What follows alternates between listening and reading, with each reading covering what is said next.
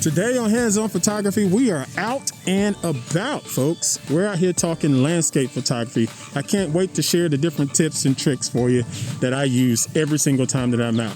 Y'all stay tuned. This is TWiT.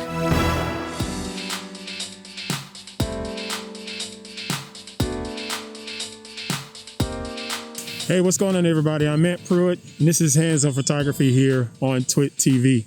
Hope y'all are doing well. I'm unbelievable as always. This is a podcast where I like to sit down and share with you different tips and tricks that are going to help make you a better photographer as well as a better post-processor. As a matter of fact, today we are actually out and about on the scene. If this is your first time joining the show, welcome to you, and I want to say thank you to you as well. Now, do me a favor, go ahead and hit subscribe in whatever podcast application you're enjoying this on, because just like any other podcaster, I'm going to ask that you subscribe and share it out, because that's what helps us all. That's what helps us podcasters grow. That's what helps grow the hands-on photography community, and it only costs you a few clicks and taps, whatever podcast app you're using. So leave me a nice star rating on Apple Podcasts, and that really does boost us up, and I appreciate the support. So now, with all of that out of the way, let's go ahead and get started with this week's episode. So I was asked about doing some landscape photography here recently because I'm still not keen on going out and picking up new clients with all of this COVID stuff going on. Thankful that the vaccine is starting to make its rounds, but I'm still not comfortable doing that just yet. So I'm digging more into the landscape side of things. And I thought about this for the show as well and said, maybe I should talk about when are the best times to get out and shoot landscape photography?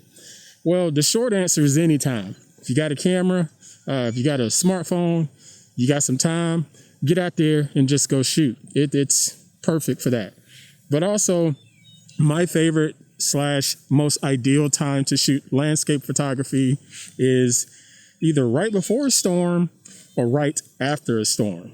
Okay, so at the time of recording this, we are now starting to get ready for the spring season here in Northern California.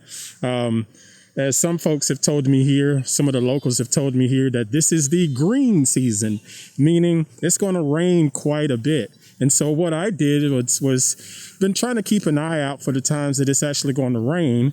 And right after the storm, I figure if it's okay to go out and shoot, I'll go shoot. Or if it's right before the storm, I take a look to see how close the storm is to my location and see if I can get out and shoot then. Why is it the better times either right before or right after a rainstorm or a tornado or what have you? Please be safe either way. It's because the sky is just magical during those times. If you look around, you'll see that you have a lot of different clouds. Sometimes you have sunshine peeking through. And if you go in the mornings or if you go in the evenings closer to the blue hour, the light is going to be totally different. And that's just going to give you a lot of flexibility and a lot of drama to create your shot. And if you're going to use something like a wide angle lens, you're going to really be able to capture the vast majority of that sky. As I look around right now, I have a bunch of big puffy storm clouds that are just gradually moving along. And all of that is just giving my shot a little bit more, if you will.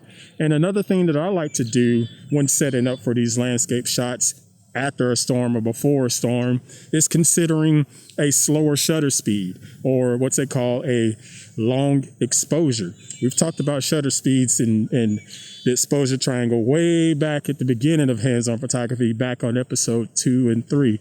Refer back to that if you don't quite understand what I'm talking about there. But I like to take my shutter speed and slow it down to, say, 1 second or maybe 2 seconds. Now, granted, that's going to be a little bit difficult if you're doing this out here in the broad daylight like I'm doing right now, because if your shutter is a little bit too slow, that means your image is going to get really bright and blown out, and you're not going to be able to see anything. So I always like to try to have a handy ND filter with me so I can put that filter on the front of the lens like so, and it'll basically act like sunglasses for my lens.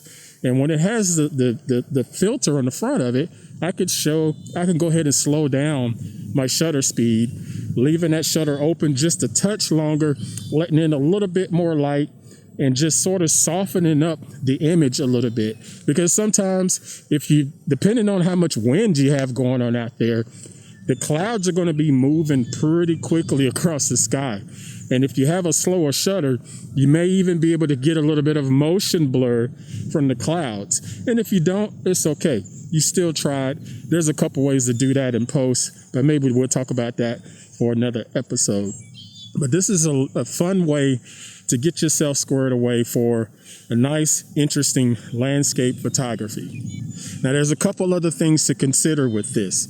And you're going to always need, like I said, your camera and try to work with the slower shutter speed. But with that said, make sure you have a tripod. I tend to bring my tripod out that is a monster. It's a Manfrotto. I'll put a link in our show notes here. It's something nice and sturdy because if I'm slowing down that shutter, I don't want my camera to move. So make sure you have a trusty tripod with you and make sure you have your ND filter with you. Another thing to consider, and you really need to take this seriously, folks, and that is safety. I'm out here right now, just in a pretty wide open area out in this field. It's a bit of a walking trail, but whenever I go out and shoot, I can't help but to make sure I'm wearing a lot of bright colors. I like to wear orange. Yes, this is Clemson on my shirt and Clemson on my hat, but primarily the reason I wear this orange is for my own safety. I want to make sure that I am quite visible from wherever somebody may be looking. They know that I'm out here and I'm not going to be considered a threat or a surprise to anyone like that. Plus, if you have other folks walking around, they just minding their own business, they will see me here and know, there's a photographer there, and just probably not even try to get in the way of your shot as well. But that's just something to consider. Depending on the area that you live in, especially if you got people that are out hunting and things like that, make sure you're visible and make sure your surrounding area is safe. One last thing to consider is nature itself. Where I am right now, there's a lot of nature that flies around and run around and just sort of scurry and scamper. Be careful when you're out on the landscape, folks. Nature and its animals can be cute and pretty and all of that good stuff, but they can also be quite aggressive and mean in some situations. We get a lot of turkey running around out here. I don't want to mess with the turkey. That's a mean bird. And we get a lot of deer as well, and I don't want to get attacked by a big old deer or something like that just because I'm scared. Granted, a deer most of the time is just going to run off, but you get my drift.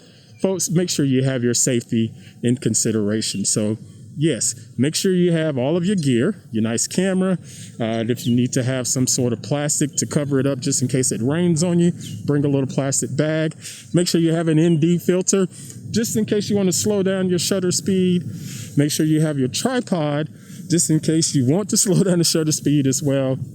But a tripod does help you out with some flexibility on the types of shots that you can capture. And lastly, make sure you are safe and know the environment that you are in. All right. So that's going to do it for this week's show, folks. Thank you so much for continuing to support Hands-On Photography. Really does mean a lot. I enjoy coming to you folks each and every Thursday here on the network. Again, if you have any questions, feedback, comments, image critiques and things like that, just go ahead and shoot me an email. That's hop@twit.tv. Again, that's hop@twit.tv. And if you'd like for me to share your image on the show, I may share it, but I won't do so unless I have your written consent in that email. Okay, that's just how I roll. And also give me a follow over on the social media. I am Ant_Pruitt on Twitter, and I'm also Ant_Pruitt on Instagram. I'd love to hear from you there. Feel free to tag me there with some of your shots and images and things like that. I'd love to hear from you. So that's going to do it for us this week, folks. Now, you all safely create and dominate, and I'll catch you next time. Y'all take care. You know what's fun? Android. You know what's even more fun, though? All About Android. That's my show, Jason Howell, along with my co-hosts Ron Richards, Florence Ion, and we welcome guests on each and every week from throughout the Android ecosystem, developers, Googlers, journalists, people who are all geeked out about the Android operating system. We tell you everything you need to know. twit.tv/AAA every Tuesday. We'll see you there.